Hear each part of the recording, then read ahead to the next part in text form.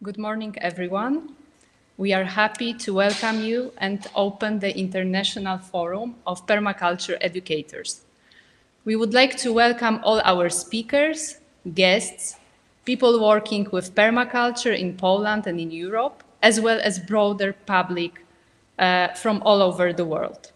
Today's meeting I'm moderating together with Joanna Bojczewska and Weronika Koralewska from AgroPermaLab Foundation. It is the first event of this kind in Poland, in which we connect with the international community of permaculture practitioners, trainers, designers, and learners. It is addressed to people working in permaculture as well as the broader public.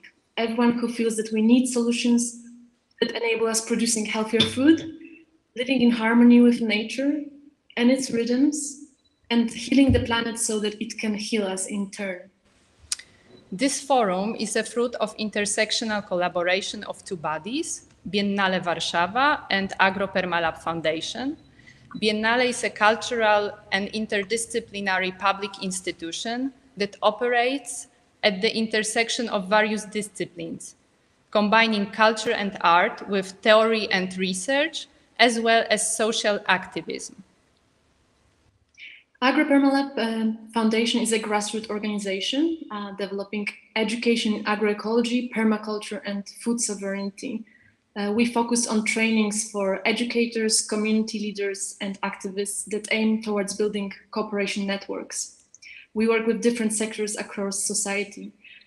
We decided to work at the intersection of arts, culture, social activism, permaculture, and education, combining our experiences with Biennale Warsaw, as we believe today only interdisciplinary alliances can really broaden our perspectives as we face joint challenges that we and our planet need to address. COVID-19 pandemic, mass migration, or climate crisis are showing up as never before that we have to look for new solutions. The upcoming food crisis is not a fiction. Today's dominant model of agriculture creates dangerously fragile societies and ecosystems. It is focused on elimination of farmers, globalization of the countryside, and its transformation into global food factories. This is why we need to start this change now. A poem of Hopi elders says, "We are the ones we have been waiting for. You have been telling people that this is the 11th hour. Now you must go back and tell the people that this is the hour." Why permaculture? Why permaculture can give us a solution? The permaculture movement in the world, from London to Detroit, has already contributed to the transformation of numerous urban spaces into urban farms and gardens, and green areas covering in some cases as much as 16% of the city surface. Many of the European cities like London, Vienna, Paris have already appreciated these regenerative and ecological principles. And the permaculture model can help us to change the city as well as its surroundings into healthier, better for living and immune places. The COVID-19 pandemic made us feel much stronger our need for contact with nature. We became aware of our dependency of big food companies. Many of us turned to working in balcony gardens or front yards and became interested in urban agriculture, creating community gardens and looking for healthy organic vegetables from local farmers. We meet today to pause here and reflect. Use this moment as a positive opportunity to think about permaculture as one of the possible trajectories forward, an existing method to support development of urban agriculture and gardening, and designing ecosystems and communities. Permaculture can be used to transform contemporary cities, its surroundings, but what is most important, it can transform our consciousness. Why education and educators? We see the potential for this transformation in permaculture educators, who can have real impact on creating new, sustainable urban systems, rebuilding communities with within atomized capitalistic societies, young visionaries who can play the key role in this process. Permaculture developed educational tools that are dismantling traditional way of going and thinking about education. Traditional Western division between teachers and students and the learning process.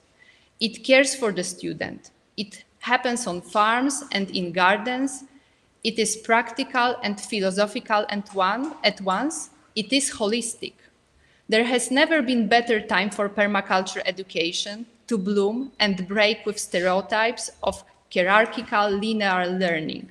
In permaculture, learning is an ongoing, interactive, and participatory process. The purpose of this meeting is sharing practical tools in permaculture education, personal philosophies, and inspiring experiences. We divided the forum into 3 topical blocks around the values we share and deemed crucial in thinking about our future. These are community, sensibility, and imagination. We trust that they allow us also to understand permaculture and education in a wider sense. The permaculture momentum in Poland has picked up in the last few years with increasing number of workshops offered on farms and in cities, first translations of most important permaculture publications, and regional exchanges. The forum is an opportunity for us to connect with the international community and express our openness to collaborate and exchange experiences. So here we are, teachers and students at the same time. If we understand permaculture not just as a tool for designing gardens, farms, or eco-villages, but in a broader sense, as the opportunity for creating deep relationship with the land and people, forming communities producing food now and in the post-pandemic future. It could become a vehicle for social, environmental, and economic transition that we desperately need to redesign, and education will play an essential role in this process. This whole project towards the Solidarity Nutrition Warsaw 2030 Plus is carried by Biennale Warszawa in cooperation with Agro-Permalab Foundation, National Center for Climate Change, and Neleni Polska Network. Our international partner is European Cultural Foundation, and the project is financed by Capital City of Warsaw. One more reminder is that our event is broadcasted live on Facebook and YouTube, and we encourage you to comment, ask questions, write your thoughts, and share experiences during the whole event. The most relevant will be broadcasted. You can see Weronika Koralewska sitting next to me. She's gonna follow your comments and type them live. We are recording today's meeting, and the video will be later on available on YouTube channel of Biennale Warszawa. So let's move to the first part of our forum, to the first block. We have with us our 4 speakers and a key speaker, Alfred Decker. The first block is dedicated to sensibility. Sensibility understood as co-feeling and responsiveness on nature, other people, and on our planet. This transformation that we have been talking about with Joanna won't happen without reestablishing this feeling of sensibility within the society. That is very atomized, individualized. Because of the pandemic, people has been separated from each other even more. How to be open and sensible in our times. Turbulent moments often create a possibility to see things from the other perspective, are helping to break up frames that no longer serve us. We are often used to educational system in which on one side we have teacher that is giving task, and on the other side there is a student and needs to fulfill the correct answer. To dismantle this scheme, openness and sensibility are needed.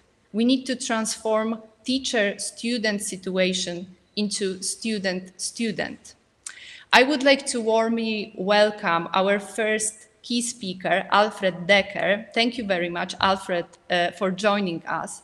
Alfred is one of Europe's leading permaculture educators. He is the founder of the 12 Principles Permaculture Design Consultancy, Permaculture Barcelona, and the Forest Gardens Project. Alfred was also taking a permaculture teacher's training with Rosemary Morrow that is also with us, and she's going to open the last blog of our forum. And he collaborated with Rosemary as well in the coastal mountains of Catalonia. Alfred is also a collaborator of community project Montbio, which in 2017 won a Lush Spring Prize for Social and Environment Regeneration. Welcome, Alfred, and the floor is yours. Hello. Hello. Thank you so much for the invitation to be here. I'm really inspired to join this. So good morning, good afternoon, good evening to everyone who's here with us. I'm going to give a presentation that's called the Social Microclimate.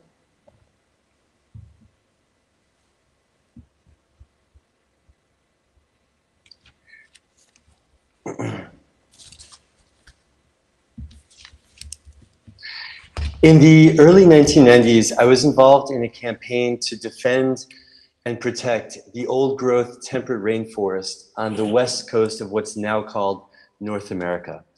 And we were trying to prevent these forests from being turned into this landscape in order to make pulp and paper products such as toilet paper and telephone books. One morning, I climbed up into a tree in order to keep it from being cut down. And I had quite some time while I was up in the tree, looking down on protesters, loggers, and police below. And on one side, I could see the old-growth temperate rainforest, and on the other side, the clear-cut destroyed landscape. And I had an epiphanal moment. I had a realization, which is that even though I had empathy, I had sensibility to the destruction of this incredible nature, I had no idea how that forest functioned. Aside from the charismatic species such as wolves and bears and the big trees, I had no idea how the forest functioned. I had no idea about the interactions between the species. And so in a way, I was replicating the same pattern of human apart from nature. Well, fortunately, I found permaculture not long after that. And that sent me on a path that I continue with today. And the ethics of people care and fair share also had a big impact on me, because until then, I had largely been focused on the importance of defending nature, but not taking care of people. And I hadn't thought of fair share in terms of not just a just distribution of the Earth's resources among people, but of course as well among all species on the planet. And this informed me as I became active in what was called the Anti-Globalization Movement, which was an incredible moment in time in the late 90s, where people around the world joined together to reject neoliberalism, the global capitalism that was being pushed on us by the World Trade Organization. So for instance, here, this was called the Battle of Seattle in 1999, where 60,000 people shut down the World Trade Organization. But something that I really noticed was that I felt that people in permaculture couldn't see the connection to social justice. And from an activist standpoint or a permaculture standpoint, to me, it was clear that environmental justice was inextricably linked to social justice. You couldn't have one without the other. But I found it quite lacking in permaculture at that time, where people were much more focused on the ecological instead of the social. Which seemed to me a big mistake, because now, for the first time in our history, more people are living in urbanized areas than in rural areas. And there is the biggest wave of mass migration that has ever happened on this planet. And it's due to conflict, it's due to the global economy, it's due to climate chaos, But in any case, it is often a march from rural areas to urban areas, and from conflict zones to the to where I live, what's called Fortress Europe. And if we ignore this, if we do not have sensibility to the biggest migration in our history, to one of the most massive events in our species history, then I think we're really lacking in our approach as permaculturalists, as people, and as people. In my lifetime, I've been lucky to experience some beautiful wild landscapes. And I've spent weeks floating down rivers such as the Colorado River here in the Grand Canyon, or the Copper River here in Alaska. And I was inspired by naturalists such as John Muir, who was a European who came to North America and was inspired and wrote beautifully of the nature that he found. But he later, as I read him and I reflected on what he wrote, I was shocked at the lack of sensibility to the land that he had come to. When he wrote that he had come to a virgin land, untrammeled by the hand of man, and pure, and so on, what he completely and totally ignored, as well as so many of the European naturalists or explorers or conquistadores, was that this landscape, and in particular these great forests of the West Coast, were intimately shaped and evolved by the First Nations people who lived there. And to ignore that is just it's a lack of sensibility that I find shocking. In the same way that I later found shocking to learn that some of my English ancestors, when they first came to this continent, gave smallpox-laced blankets to the Native Americans. So blankets deliberately infected with a disease to destroy them. And so in learning this history of where I come from, and learning that 56 million First Nations people were exterminated by Europeans, and yet the history I learned in school was so different, it really has influenced me to focus on the social as much as the ecological. So while I still love these beautiful, amazing wild landscapes, and they move me so much, they move me to my deep heart's core, when I think of what is necessary to scale up permaculture, to implement permaculture on these urban landscapes that only occupy around 4% of the world's land mass, yet generate approximately 80% of the pollution and consume about 80% of the resources. When I think about all this, I think that really urban permaculture, social permaculture, is absolutely necessary. And so when I get inspiration, I look to places like Detroit, which now has a massive urban gardening movement, or the favelas of Brazil, where there's also a really inspiring urban gardening movement and permaculture movement there. This is something that really gives me hope and inspiration, and to me shows a sensibility or an empathy to our fellow people. 10 years ago, I was lucky enough to attend a teacher's training, a permaculture teacher's training in Austria. And it was the first step towards taking on a path that has become the most meaningful part of my life and the most meaningful way to make social change, positive change in this world. And in this permaculture teacher's training, I met some remarkable people, including one special guy named Thomas and one special gal named Rosemary. And in this training, and then through later permaculture teacher trainings, I became convinced of the transformational power of permaculture education. And this is something that, of course, we're going to talk about today. So when I proposed that we focus on social microclimates, just as much as ecological microclimates. It doesn't mean we have to give up the things we love doing, like planting up forest gardens and regenerating landscapes. But what it means is that we include a sensibility and an empathy to the people around us, because in doing so, we recognize that we are nature defending itself. We are not humans apart. And this is kind of a holistic approach that I think represents permaculture itself.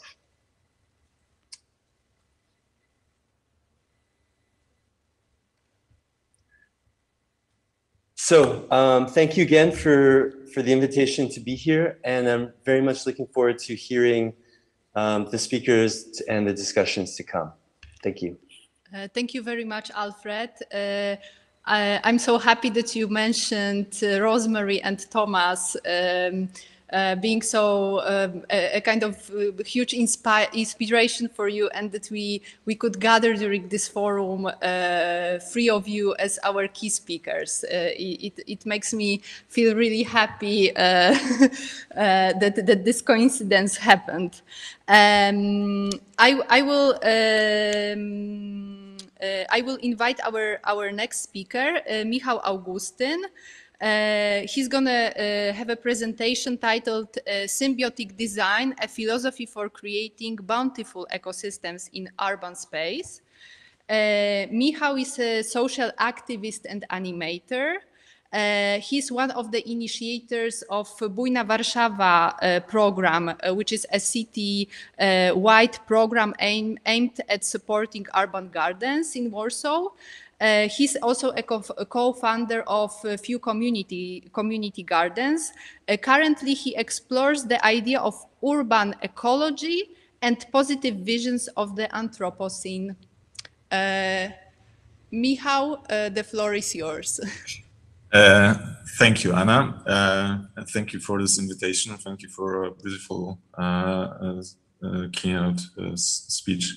I won't distract you now with the presentation, because I would like to just focus on words, but I will switch on to presentation later. So, okay.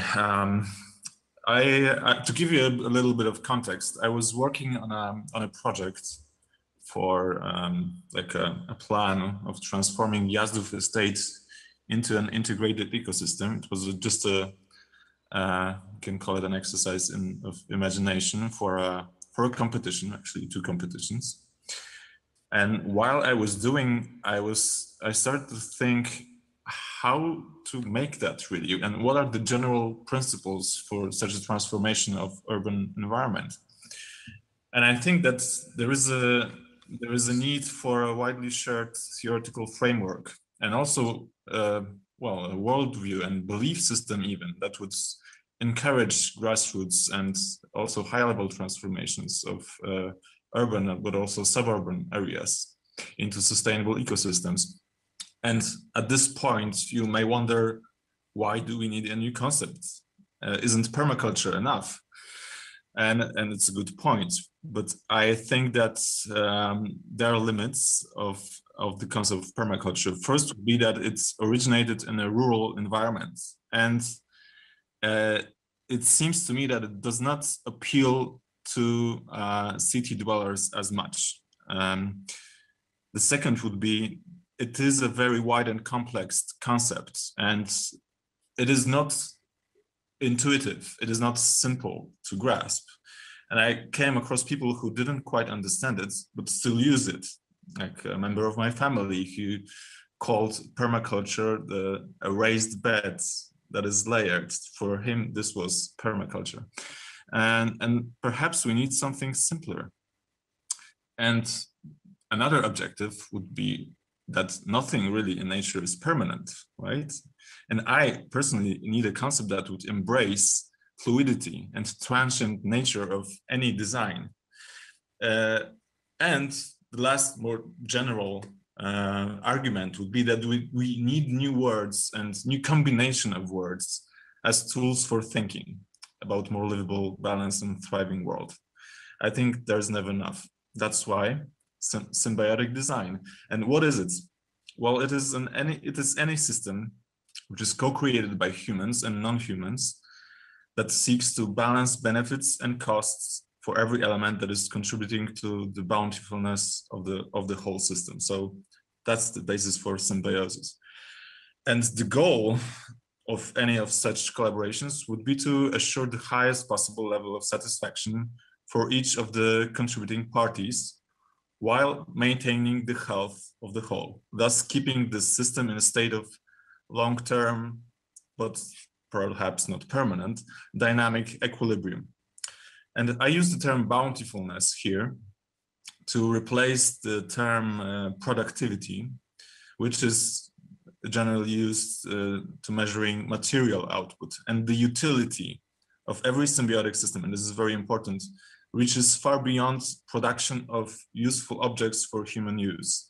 So the benefits may be material, like food, warmth, or safety, emotional, feeling of joy, contentment, comfort, but also spiritual, like sense of belonging. And the beneficiaries are humans, of course, but also animals, plants, fungi, and bacteria. So it's a broader community. The flows of material, of minerals and energy also need to be taken into account because they contribute to the bountifulness. And what is important is that the concept is not anthropocentric, it is biocentric. So it goes beyond the discourse of resource efficiency and conservation. It challenges the notion of resource, because we cannot treat nature as resource. It's claims that beings are valuable in themselves, and life should not be valued on anthropocentric or mercantile basis according to its usefulness to humans or the market. And this is really crucial. And it follows that it has a spiritual dimension, and I think it should be explicit. It holds true that nature is sacred. It also is very much about fluidity. So symbiotic design is dynamic by nature. When we aspire to symbiotic design, to design a system that is symbiotic, it means that we are allowing constant transformation of the initial design by feedback from the environment. In results, the various organisms that collectively form an order, well, it goes beyond the mental capacity of any human designer. And the boundary between the subject and the object, non-humans, nature, is dissolved. It's a dialogue, you can say it, and has a far-reaching philosophical implication. So the division between nature and culture, between the wildness of plants and animals and the wildness of humans, is questioned. So I would say that the proliferation of the symbiotic design concept would mean rewilding of humans. And the difficulty of measuring the level of satisfaction of each of the contributors is quite obvious. So how can we really measure that? Well, in principle, we cannot. We can just infer it based on the qualitative evaluation of the state of the system as a whole. Well, of course, we can ask humans if they are satisfied, because humans can verbalize it. We can also, some vertebrates can express it in ways that are understandable to us. But generally, if the system is healthy for a long time, we can infer, we can assume that it's symbiotic. So if the system malfunctions, on the other hand, when it's heading toward collapse, it's probably not symbiotic. Like when we have a parasite and a host, well, in some cases it can last, but generally the parasites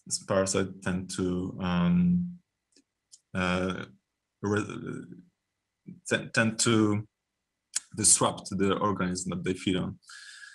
And I will turn my presentation on.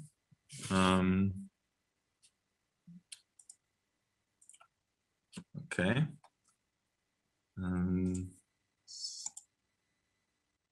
Can you see it? I hope you can see it. Okay, so this shows the relationship between the symbiotic design concept, which is in the center, and other concepts. And I can't go deeply into it because we don't have time, but it is just to show you that it has distinct features. It overlaps hugely with permaculture. It's connected to biodesign, biomimicry, and ecological engineering sits firmly within, I think, but it's something different. Now, an example on a relatively small scale, quite obvious one. It would be a compost bin. And you can actually measure the health of such system with a thermometer. A thriving community garden. That's definitely a symbiotic design. Again, well, we have a garden here, but it's a small flower garden in front of an apartment block, and you can see that it's thriving. And actually, you would have to observe it for in a longer time frame to see if it is symbiotic. But the benefits for the plants are quite obvious. The benefits for people passing by or people who are tending it are also, I think, self-explanatory. Behind that, we have a lawn, and it's I wouldn't classify as a symbiotic design. Well, this is an example that I like. So this support system for a tree, an unruly tree, and the costs for such a system, because we have to cut the trees to make these supports and they don't benefit from it at all, is huge. But yeah, I could go on and on with more problematic examples, but I'd like to share just briefly this project that I co-created with Witek Dąbrowski for Food to Wawa competition. And it's the project of transformation of the place that exists. It's Jazdów estate. And unfortunately, I can't go very much into details, but I will send you a link on a chat to a website where it is featured and when you can actually vote for it if you like it. This is a graph that shows the circulation of materials and energy in the system, and it shows the number of connection itself shows how integrated it is. Okay, I think my time is up, so thank you very much for your attention. Thank you very much, Michał. It was very interesting.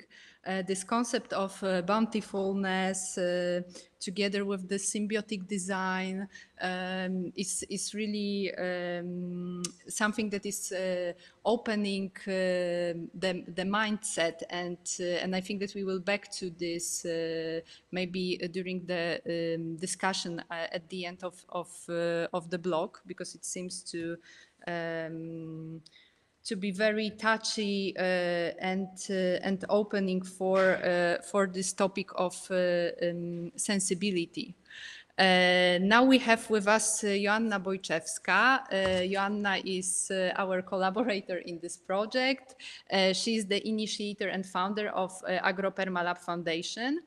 Joanna is also agroecology and permaculture educator. She has been gardening on a micro scale over 8 years in Poland and abroad. Her passion lies in the areas of learning theory and skillment and knowledge transmission.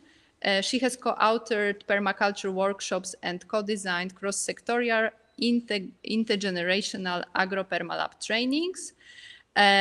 She makes short films, podcasts, and grassroots researches. Hello, Joanna.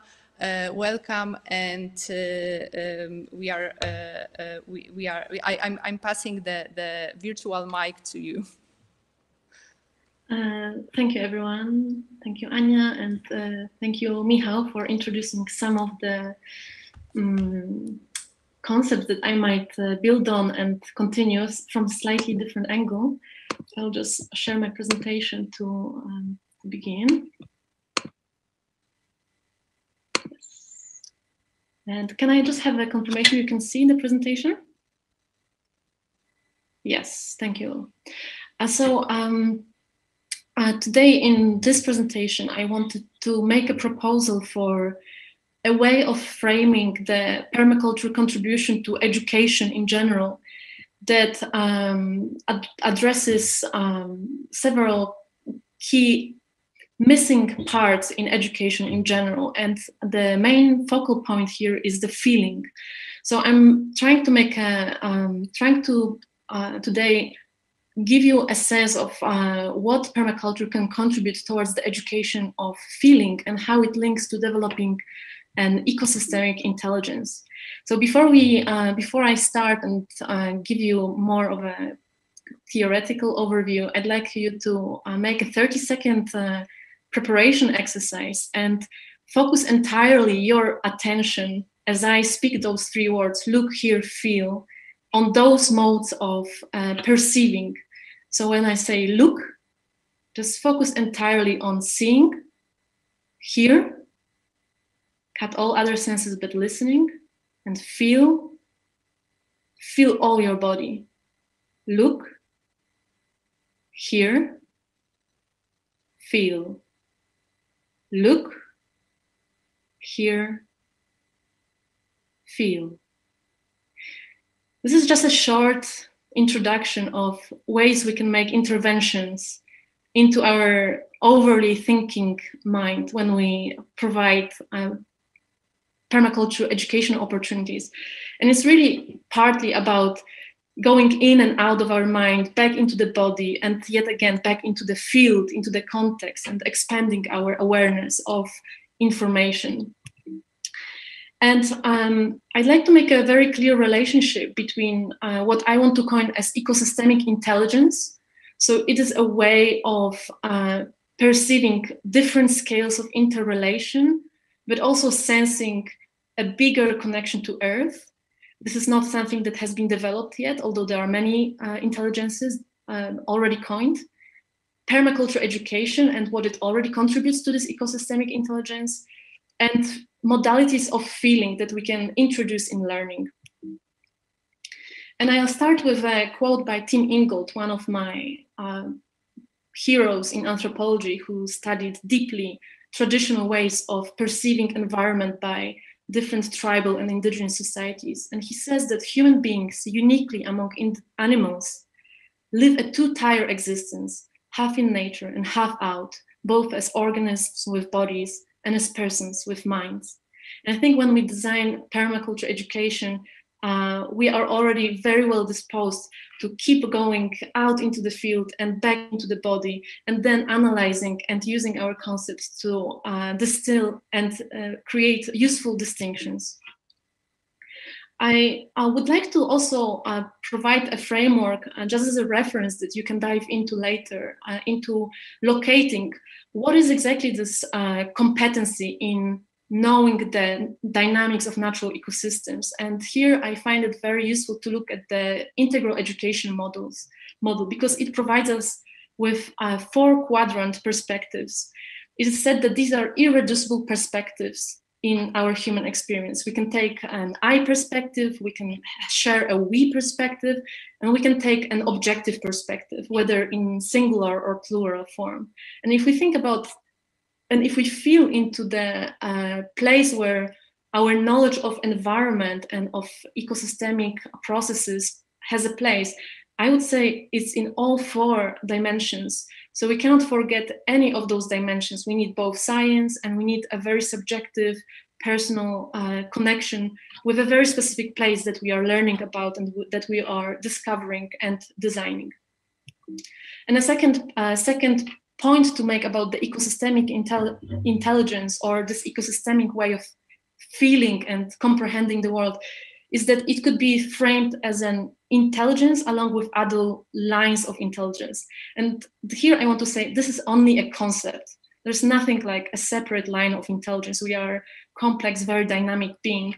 But since our educational system favors logical mathematical intelligence or linguistic intelligence or other intelligences that are very much about the abstract, we might want to move and develop intelligences that are more in the body and more in the interpersonal realm. And a very good example is the emotional intelligence, how coining a term like that can help us. Emotional intelligence 20, 30 years ago was non-existent, but once it was introduced and there were ways to explain what kind of competencies does it involve, how does a human being flourish when he has the full emotional intelligence, then it became a subject. Then it gave us a frame in which we could grow and we could see the potential for something that was perhaps numbed or missing based on our dominant culture. And ecosystemic intelligence is also something missing as far as I see. But of course, since I said it's already only a concept, we could think about those lines of intelligence in a way of very separate threads or overlapping fields, maybe a pyramid in which one, for example, cognitive or kinesthetic intelligence is primary and then the others build on the top, or maybe they are just flashes of intelligence, moment to moment. Based on our attentional spectrum, in a moment we are more emotionally available and filtering, and in another moment we are physically engaged and our body is in full capacity. What is important is that the thinking intelligence, the concept-based intelligence, it will never be embracing the body intelligence. Thinking can only exist because we have bodies and our brains and minds are within bodies, and our bodies are within the natural systems and are supported by what we take from those natural systems to feed ourselves, to have shelter, and to exist in this fluid natural environment. So what we need to do in permaculture education is never forget and never rigidify it only into a thinking educational system, but really stress this connection between the body and the wider natural and cosmic intelligence. And Masanobu Fukuoka said it very poignantly, that the more involved people become with the activity of the intellect, the more they set themselves apart and the more difficult it becomes to live naturally.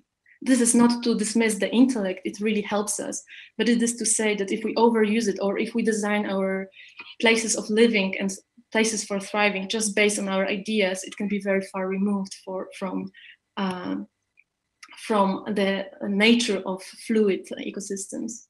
And here's just a list of what this kind of ecosystemic thinking, feeling competency could involve. Of course, it would stress in being able to see interconnections, being able to move across scales of increasing embrace of complexity, being able to appreciate fluid information, not only the objective, rational, concept-based, but also the fluid, the energy that flows in the environment. And it would have regenerative orientation because life naturally rebirths itself and recycles and keeps coming over and over to the forms. Here again, I think it's important to say that the body is so central in developing this feeling disposition and increasing and sensitizing ourselves to take in more information beyond our habitual ways of filtering the world. Usually we think that we are only looking at a tree, but really it is the tree looking at itself through us, says Tim Ingold. And what permaculture already contributes, and I think this is critical for ecosystemic intelligence, if we are to use it as this mainstream way to translate what we aim for, it gives us the ethical triad, what Alfred already mentioned when he gave us introduction to this sensibility blog, which is earth care, people care, and fair share. And what this ethical triad does is it is based on care, it is based on feeling. This is the primary disposition we are training in permaculture. The second one is it's earth-centric. So like Michał mentioned, we are trying to broaden our perspective from anthropocentric to much wider view. And it is also practical because by fair shares, we mean we want to translate this into a living action and a good fair share economy. And of course, there's many more points, as I wrote here below, from integrated design process to participatory learning process and ecological mimicry that permaculture contributes to this ecosystemic intelligence. The challenges are quite a few for educating the feeling and this ecosystemic feeling. First, as was already mentioned, permaculture can become just another rigidified model of education. So we transmit techniques and we just see raised beds everywhere and herbal spirals. This is not the point. We want to incept in the learner the curiosity, autonomy, and confidence in exploring by oneself. The social systems are based on very high degree of rationality and objectivism, so they might dismiss this kind of more subtle information. The education system separates and specializes. It's based on atomized knowing of an individual student. The challenge of environment is great because actually we are trying to learn about ecosystems, but they are being degraded and lost at such a tremendous pace that what are we really learning about? It might change within a decade. And the challenge of intersecting crises that's connected to it because we cannot grasp the complexity of intersecting global processes that are impacting our locality. And finally, the challenge of human cognition is that we have the gift and the curse of fixating on objects. So when we want to connect with the whole and with the bigger picture, our entry to that is our body and really relaxing and feeling. So what is the education of feeling? I would classify it, and this is a very working model. This is something I'm integrating from anthropology and meditative practices and permaculture, informal education. But I would say there are three modalities of feeling. And there's the I modality of feeling, which is me, my subjective feeling. And we can really expand in that, whether we can increase our sensitization. We can connect to, we can be present to our senses. So look, hear, feel. Are you still doing this? Look, hear, feel. Can you hear? Can you listen to the verbal communication and still have the hearing open to all the birds or other sounds or smell? Another point is sentience, which is aliveness, and this is an ability to detect that a form outside of us is living. It's sentient. So if we live in a city and we don't even recognize that the food on the shop shelf might still be alive because after harvesting and after cutting, the vegetable or the fruit remains alive for a bit. And the animistic perspective is one in which we are able to perceiving of other living beings. This is beyond our objective way of framing that the dog doesn't think or feel, let's say, or the tree doesn't feel. It's actually opening to the possibility that trees or animals have a way of perceiving, and we can take some information from this if we open temporarily our imagination. And we modalities of feeling, for me, encompass three primary ones. It's compassion. This means for me extending warm attitudes towards other beings. Trust, which also means mutuality, or ability to be in an intimate relationship, to be close, to stay in this tension between closeness and autonomy, individuality, and a feeling of responsibility. And I think the feeling of responsibility is very easy to relate to. It's if you have ever tended to a plant over a season and you've seen it through dry times and wet times and different insects that flew and you didn't know what they were going to do with it, you might be clear that there's an element of care. And the field, which is the context-based modalities of feeling, are a bit more abstract. It is sensitizing ourselves to a kind of to a capacity to harmonize for beauty. Beauty is a universal quality that can really nourish us, and the aesthetics of modern industrial life is simply ugly. We cannot deny that the industrial industrial design is simply linearly structured towards ugliness, and the permaculture brings aesthetics to our education back. Of course, there's a sense of wholeness, and here I would say this is a kind of feeling of belonging to a land and a safety. And to finish, I'd like to quote again Masanobu Fukuoka that the ultimate goal of farming is not the growing of crops, but the cultivation and perfection of human beings. And whether it's the designing of a garden or of urban space, we need to remember that ultimately it's about freeing ourselves and opening our awareness to much bigger interconnection. So thank you, and I invite you to look here and feel again and again during this meeting. Thank you very much, Joanna. We had a comment from Małgorzata Witczak, one of our participants, that it's a great meditation. Look, hear, feel, easy and appealing. I think that we can all integrate this short and easy meditation into our lives. Thank you very much. It was very, very interesting. It's true that this industrial design of urban spaces not only reconnect us from the nature, from this part that it's alive, earth, food, as you said, but it's true that it's just not giving beauty into our everyday life. So it's really important to remember about these green spaces and give them much more importance in frame of urban design and city design. Our next speaker is Irina Kazakova from Ukraine. Irina is a project coordinator at Permaculture in Ukraine and co-founder of the Permaculture Training and Demonstration Center network in Ukraine. She also holds a PhD in agriculture and environmental economics. She worked as a researcher at the National Scientific Center Institute for Soil Science and Agrochemistry Research. Hello, Irina, welcome. And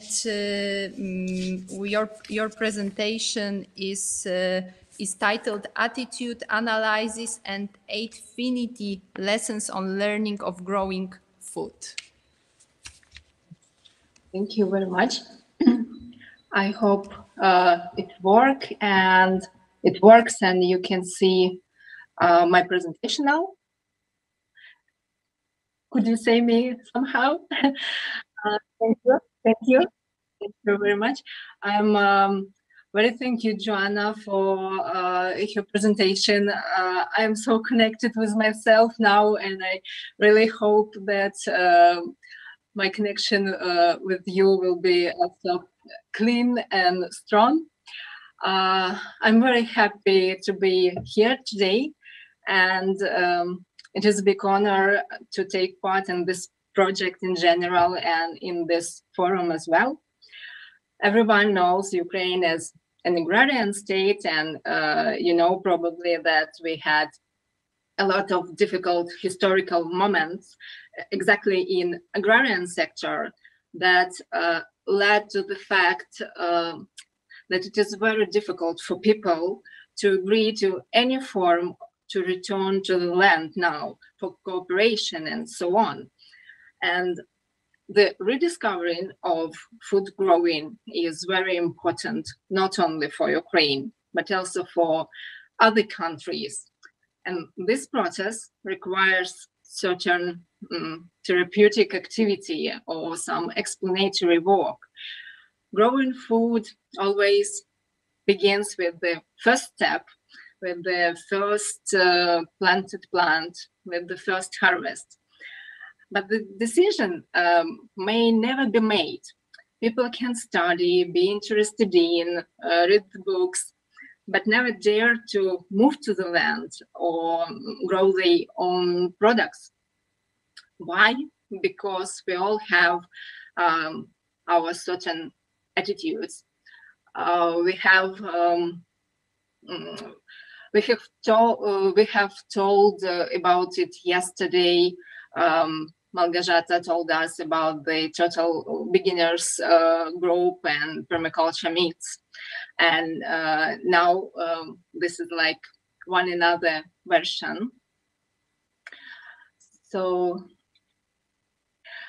attitude is a psychological construct, a mental and emotional entity that characterizes the person and so on, as this cute man said.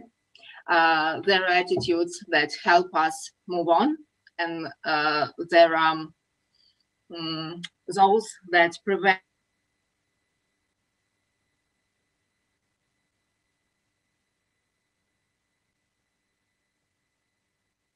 But in order to manage them, they must be identified, and how we can do it. Please look at these pictures, and what thoughts do they evoke in you? Try to continue the sentences. It is cool, but not for me. Or it is cool and it is for me. Or it is not cool at all because. And you can do it right now in our chat or on the comments on Facebook if you want, of course, please. And most likely, if you came here or if you ask your students about it, there should be the third options. Unfortunately, when I asked my friend the same question, I had such answer that you can see now on your screen. And the most popular was that there are no prospects in the village at all, or agriculture work is so hard and so ungrateful, and that you never can make money by growing food and so on. And it is very sad. If you are growing food already, or you have no doubt that you will do it soon, you will most likely say that you like the process, or you are happy to continue your family tradition, or it is important for you to know what you eat. And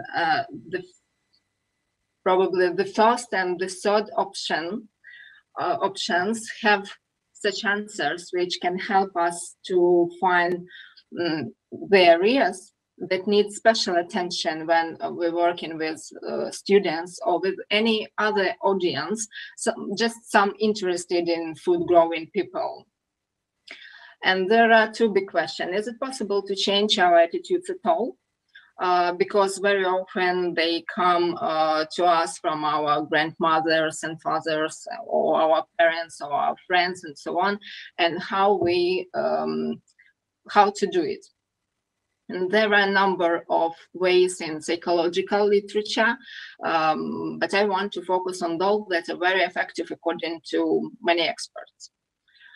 And the first one is find a person you know or you trust and whose opinion you can take for granted. They can be not only permaculture teachers or practitioners, but also some celebrities that just love gardening and growing plants. And this is a process that occurs automatically. You read, listen, and can hear what echoes you. But to do that, you have to look for your people, for your teachers, for your authors of books or podcasts, or blogs, name it. And the second one is allows the possibility. I think that, or I have the illusion that growing food is so difficult, but I like the idea, or I know some people that do it with so much fun that they started to think that it is possible to grow food in an easier way. So just start noticing people around you who live with these positive attitudes and positive statements. To change our attitudes, it is so important to work in three directions. It is individual work, group work, and sharing the experience. For example, I really like to the group work for this because it can help to create some kind of map of answers and actions of real people that surround you in this moment. And that is why in my project for Supermarket Museum, I wanted to tell everyone the stories of real people from our Ukrainian permaculture community. And you can use these stories for work with your attitudes or to come to your own conclusions or just to enjoy the diversity of people's lives. And I was trying to tell the story that from each of them you have at least one lesson. For example, the story of a city girl who didn't know how the carrots grow, teaching us that it is possible to become a head of permaculture organization in very short terms and create your own permaculture center and eco-village, but it is not only that. And the story of a businesswoman teaching us that it is possible to combine work in the city and growing food in the village, but it is not only about that. And the story of very young man who was trying to grow a garden from the ashes of his soul after the war, teaching us that permaculture community can be very helpful and very healing, but it is not only about that. And you will find some other stories about absolutely different people. And I think that the most important message is that you can find an infinity lessons of growing food if you just talk to people. Thank you. Thank you very much, Irina. A very interesting example of healing power of permaculture, even therapeutic example that in such a turbulent situation of war, permaculture can only play an important role for the society and for individuals. This challenges that we have and the question how to change our attitudes that you are placing, definitely we will back to it during the discussion. Just one remark. Of course, we encourage again all of you, our participants on Zoom, but also everyone who watch us on Facebook and YouTube to comment, to write comments, ask questions, but you can just comment on each presentation, on just exchange with us your thoughts. And now we will move to the last presentation, Krystian Stempek, pattern recognition as a universal teaching tool. Krystian is a designer and permaculture educator. He runs Permaculture Chocianów Urban Ecological Garden, which is a demonstration garden in the center of Chocianów. In his educational practice, he develops concept of patterns in nature. Hello, Krystian, welcome. The floor is yours. Hello. Let me just share the screen. Can you see it? Yes. Let me see if I can move it. Perfect. Just to be clear, it's not something I developed because it was developed before. I just put a big focus on it. But let's move on with the conversation I have prepared for you. So, pattern recognition as a universal teaching tool. And when I say universal, I truly mean that it's universal because it can be applied literally in every aspect of our lives. It can be applied, obviously, in the ecosystems restoration, in gardening, in music, mathematics, sociological sciences, healthcare, and so on, and so on, and so on. It's all related to the patterns which can be recognized and then applied in the particular conditions.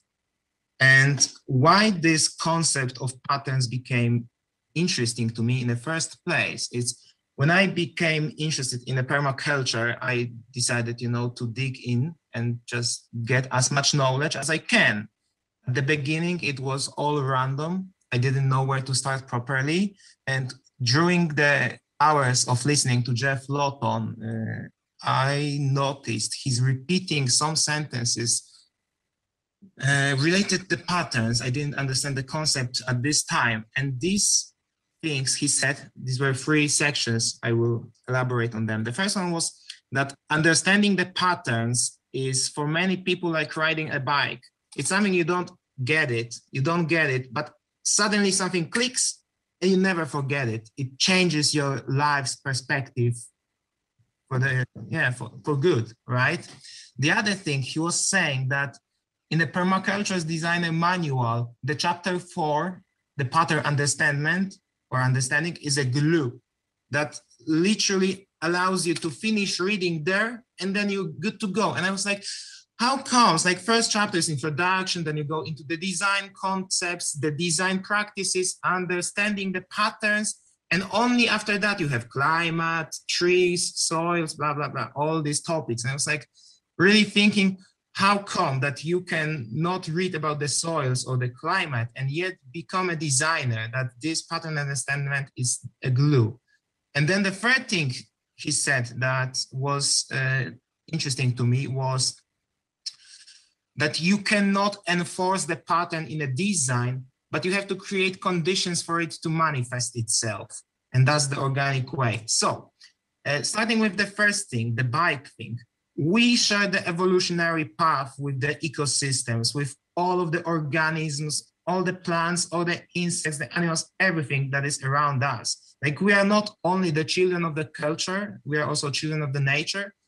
Nature, the evolution itself is quite conservative. It's something we were observing for the thousands of generations actually.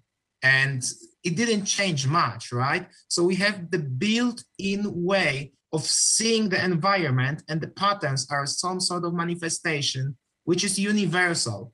So if we actually unlock this door, it can be really, really useful, right? Because it's something that you have built in, you don't have to learn it again, and it's universal. It's a perfect tool for understanding what's going on around. And then the second thing he said about this, chapter 4, understanding the patterns is a glue. All the knowledge, the gardening knowledge, let's say, we have is basically the named pattern of all sorts. And first of all, what is the pattern? It's the effect of 2 or more forces, combining at the edge, and then the pattern which manifests itself is basically the most energy efficient way to represent this interaction effect. And the edge effect, for example, in ecology is one of the best, examples of it. It's a basis for all the patterns manifestation because it's everywhere. You just take whatever 2 pieces and they are interacting with each other, right? It's like the basic physics rule, right? The gravitation even. So we can teach people about the edge effect, and it's not only applying to the nature. The pattern which manifests itself is like roughly left-leaning and right-leaning person meets and they have meaningful dialogue and something new emerges for both of them. So this edge effect, it's not only applying to the natural, like ecological systems. We can teach people about the energy flow through the ecosystems, all the ecosystems, like how we as individuals actually evolving through the ecosystem during the interaction.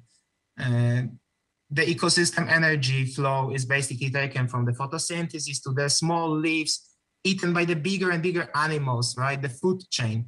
But this food chain is something a pattern which can be applied to all sort of sections in the world.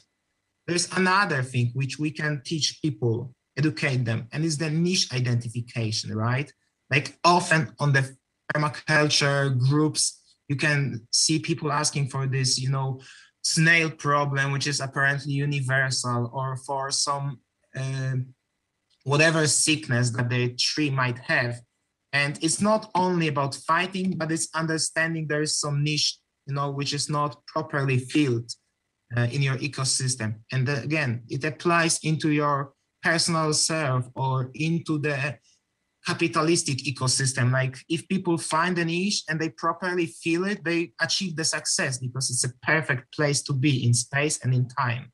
So we can coil this niche identification into career planning, into the finding your perfect instrument to play, to developing your work career, and so on and so on.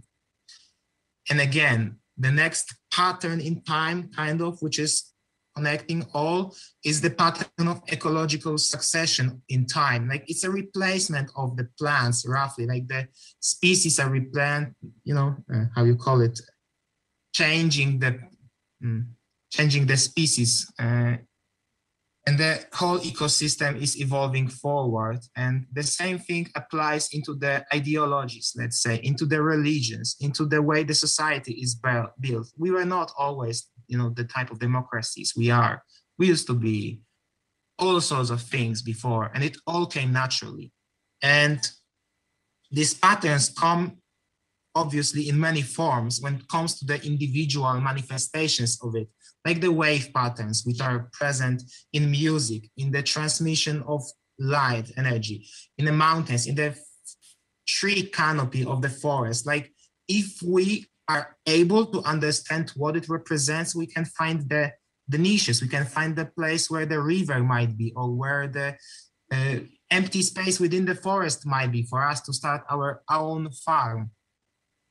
The spiral patterns, for example, which manifest in the snails, in the ferns, but also in the philosophy, like eternal return. It kind of is not, but at the same time it is the spiral, because if we as individuals keep spiraling about the same mistakes, we eventually go forward and forward, but still we tend to make the same mistakes at some times, right? We all know that extra cookie we ate.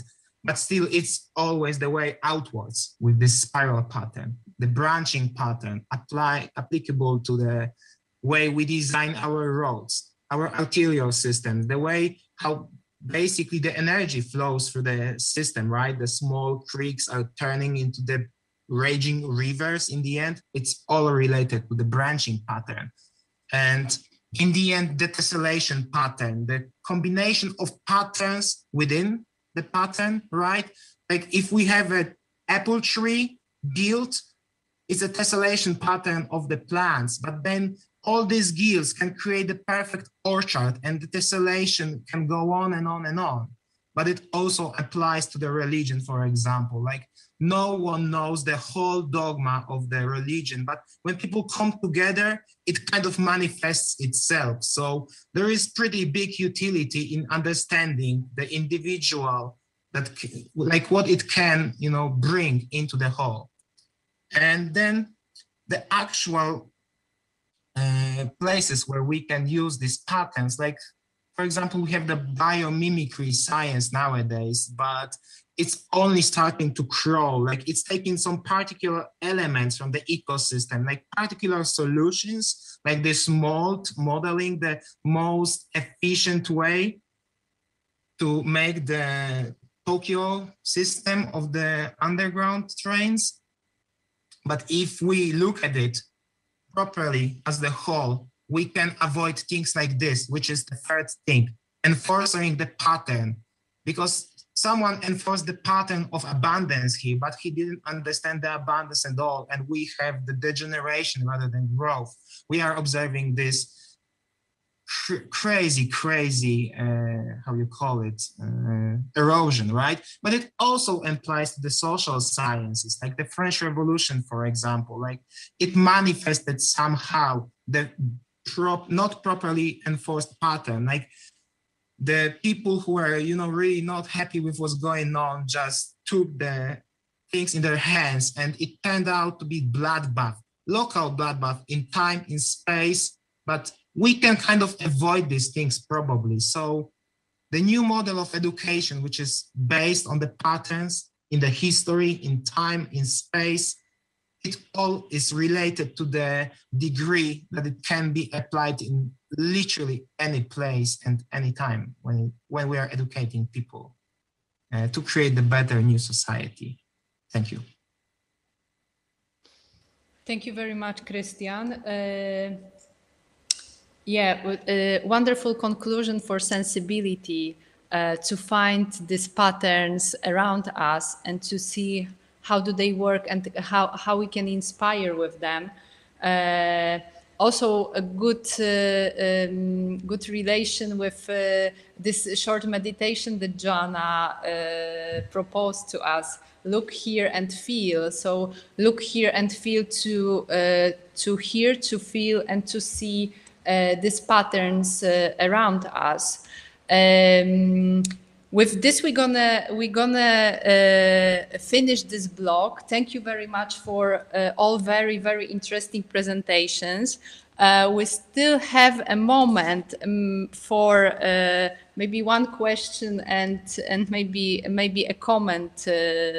A comment as well. I would like to start with asking one question to our speakers. Because you all are somehow involved, or you represent different initiatives that sometimes they are less formal, sometimes more formal. And this question that is rising and that you are rising all the time related to the opening of mindset, of expanding the awareness. I would like to ask you, like, how, not from the individual position, but how we can raise this awareness and extend the sensibility within policymakers, within people that are responsible for decision making.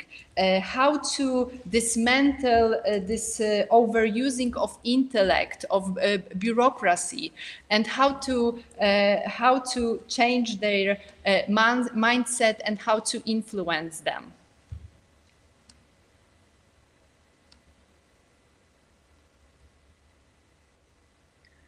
Krystian, would you like to comment? You're muted. Can you unmute, please?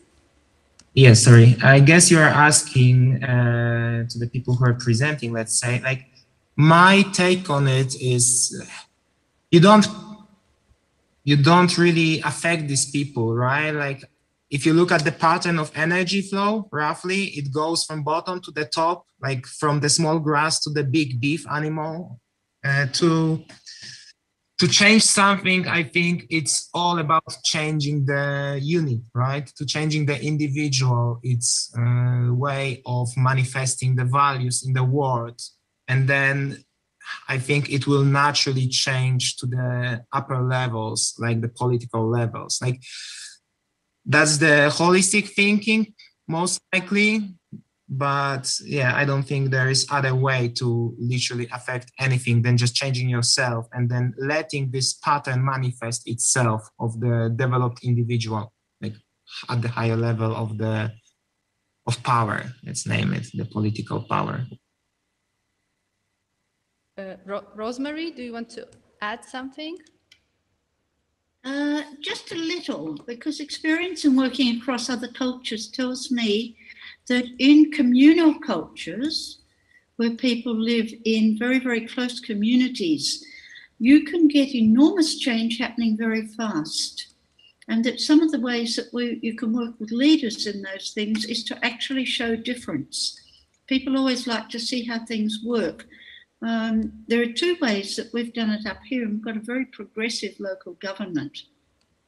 And they've recently just signed on for the rights of nature, which I presume you're aware of. And one of the ways this has been done, one has been the horrific bushfires. which they do attribute to the global climate crisis and the losses that we have suffered. And the other is to ask them questions about the future. What will happen if? And we find that groups and discussions are far, far more effective. A few individuals changing, working with others. You know, it's the COVID spread.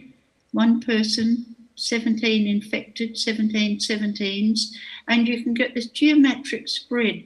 We've had enormous success in refugee camps working with groups who quickly, once they see the need is established, they absolutely implement quite quickly. And we're not wanting perfect standards of what they teach, but it just spreads. And I think in this, we really must think socially of network science. We can think of dendritical branching, and we can think of tessellation. We're thinking of social systems, as we know through the World Wide Web, as we know through COVID, unfortunately, as we know through many things. It's going to be applying network science, which is one of the youngest, that is going to make the biggest impact for us. An individual and small groups can do great things, but they won't all get it implemented. They introduce ideas, they bring new concepts, but then it has to be followed. Anyway, I'll finish there and see what responses we get. Thank you. Wojciech Nowak was the first one. Yes, I would like to, can you see me? Yes. And hear me? Okay, so my point is about how to change how to interest the policymakers is to somehow offer them a piece of our gardens. You know, we have so many plants in our gardens, and maybe if we offer them a piece of permaculture in their private garden from us, or in their work in a pot, you know, that would be something reminding them that permaculture is beautiful and effective, and this way we could influence their, you know, attitude towards permaculture, and maybe cause them to, you know, think about including it as a part of their toolkit in policy making. Thanks. Thank you. Joanna, you wanted to add something?